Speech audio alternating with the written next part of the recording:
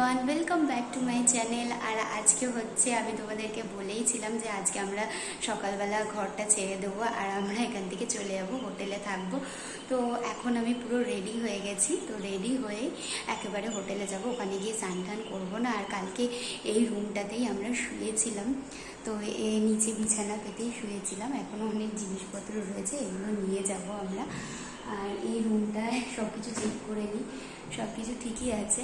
আর এখানে একটা জিনিস লেখা দেখতে পাচ্ছ, এটা হচ্ছে লেখা আছে finish your target then see. তার মানে এখানে কোনো বাচ্চা থাকতো, তো তাই জন্যই হয়তো মানে ওর মা এটা লিখেছিল, কোনো খেলনা টেলনা হয়তো থাকতো এখানে।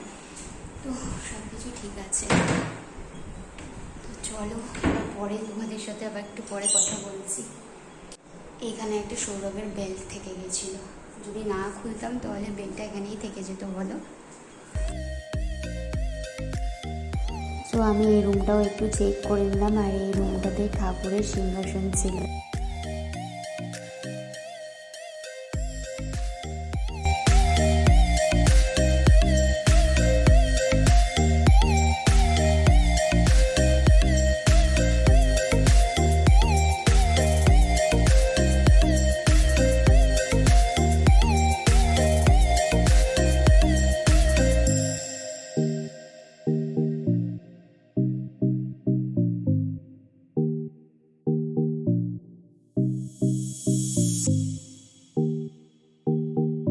দেখো আমরা এই রুমটায় এসে পৌঁছে গেছি। এবার আমরা আঙ্কেল আন্টি এসেছেন, আঙ্কেল আন্টিদেরকে নিয়ে হচ্ছে খেতে যাব, লাঞ্চ করতে যাব। আর আঙ্কেল আন্টি দেখো এই সুন্দর উপহারটা দিয়েছে, যদিও মানে আমি দেখিনি খুলে, একসাথে খুলবো, তোমাদের সামনেই বসে খুলবো আমি, কেমন।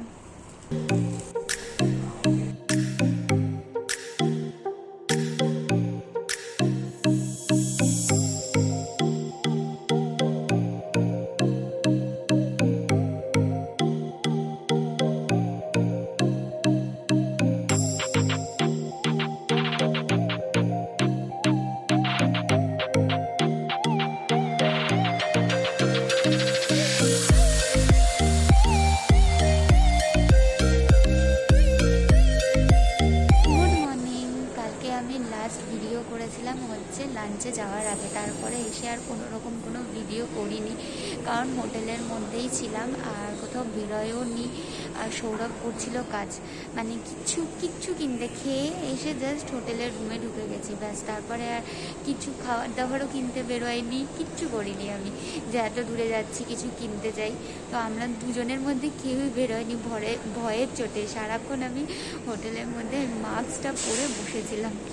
তো তারপরে ভাবলাম যে না চলো, আমাকে তো ব্লগটা এন্ড করতে হবে। আর এখন বাজে হচ্ছে 6:16, আমরা এয়ারপোর্টে পৌঁছে গেছি। আর আমাদের ফ্লাইট হচ্ছে 7:30টায় হায়দ্রাবাদের জন্য।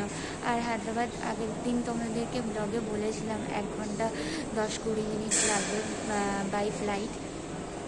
তো সৌরভ গেছে পিপিকি আনতে, আমি এখন বসে আছি। টেকিং করা হয়ে গেছে। তো একটা ব্যাগের মধ্যে মানে আমরা অনেকক্ষণ আগে এসেছি, কটা বলতে পারো 5টায় চলে এসেছি। তো চেকিংয়ে না আমার একটা ব্যাগের মধ্যে ঠাকুরগুলো রয়েছে, তো সেই ব্যাগটা আটকে গেছিলো। ওরা ভাবছিল কি না কি, অ্যাকচুয়ালি কি কোরিয়ারের সাথে আমি ঠাকুরের সিংহাসনটা পাঠিয়ে দিয়েছি, কিন্তু ঠাকুরগুলো যেগুলো ছিল সেগুলো আমি পাঠাইনি, সেগুলো আমার সঙ্গেই আমি নিয়ে যাচ্ছি। আগেরবারও যখন চেঞ্জ করেছিলাম তখনও সেম এটাই করেছিলাম। আর এবার ফাইনালি কোয়েম্বাটুরকে টাটা বলার টাইম আমাদের। আর আগের দিন মনটা খারাপ লাগছিল, তোমাদের সাথে শেয়ারও করেছিলাম, বাট আজকে না, আজকে একদম ঠিক আছে, ভালোই লাগছে, কোনো প্রবলেম নেই। আর আগের দিন আন্টিদের সাথে লাঞ্চ করতে গেছিলাম, তো আন্টিদের মানে যেই হোটেলে আমরা উঠেছিলাম সেখানেই লাঞ্চ করেছি, কোথাও যাইনি। আর আন্টিরা খুব সুন্দর সুন্দর কথা বলছিলেন, তো খুব ভালো লাগছিলো কথাগুলো শুনতে, তাই জন্য আর ফিরে এসে আমি ব্লগ করিনি একটু। আর এখন সৌরভ গেছে কিছু খাবার আনতে।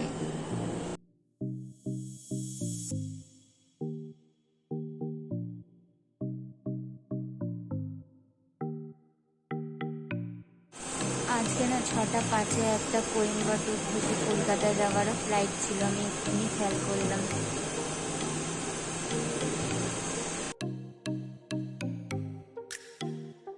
তো এখানে আমি কি কথা বলছিলাম কিছুই শুনতে পারতে না তোমরা, তাই জন্য ভয়েস ওভার দিতে হলো। আর আমি এখানে বলছিলাম এই শিলটা পরে আমার মানে খুব কষ্ট হয়, আমি কিছুই দেখতে পাই না, কিন্তু কিছু তো করার নেই, পড়তেই হবে। আর বলছিলাম যে সৌরভ দেখো ঘুমিয়ে পড়েছে, কারণ এই কদিন ধরে প্রচণ্ড খাটাখাটনি যাচ্ছে আমাদের উপর, তাই জন্য খুব ক্লান্ত হয়ে গেছে আর ঘুমিয়ে পড়েছে।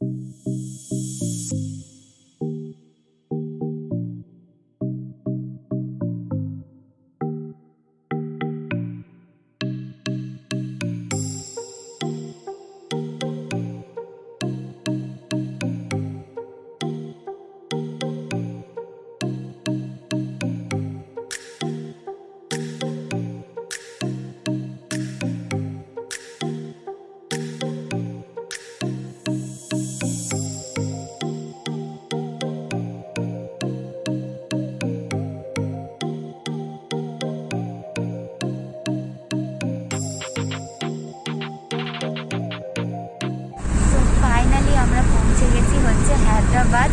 আর দেখতেই পেলে রাস্তা দিয়ে আস্তে আস্তে কি সুন্দর এয়ারপোর্টের যেই রাস্তাটা পড়ে সেটা হচ্ছে এয়ারপোর্টের রাস্তা। আর খুব ভাল লাগছে, মনে হচ্ছে যে যেন আমরা সেকেন্ড হোমে ফিরেছি। কারণ ফার্স্ট হোম আমাদের অবশ্যই হচ্ছে কলকাতা, আর সেকেন্ড হোম হচ্ছে হায়দ্রাবাদ। তো আমাদের এইটাই ফিল হচ্ছে এই মুহূর্তে। আর আজকে তাহলে আমি তোমার কেমন লাগছে? তো সৌরভেরও খুব খুব ভালো লাগছে আমি জানি। আর তাহলে আজকে আমি ব্লগটা এখানেই এন্ড করছি। তোমাদের সাথে নতুন নতুন হায়দ্রাবাদের ব্লগ নিয়ে দেখা হচ্ছে। চলো টাটা, বাই, টেক কেয়ার। আর আমার চ্যানেলটাকে যদি ভালো লাগে তাহলে প্লিজ সাবস্ক্রাইব করে নিও, একটা লাইক করো, কমেন্ট করো। Tata, by.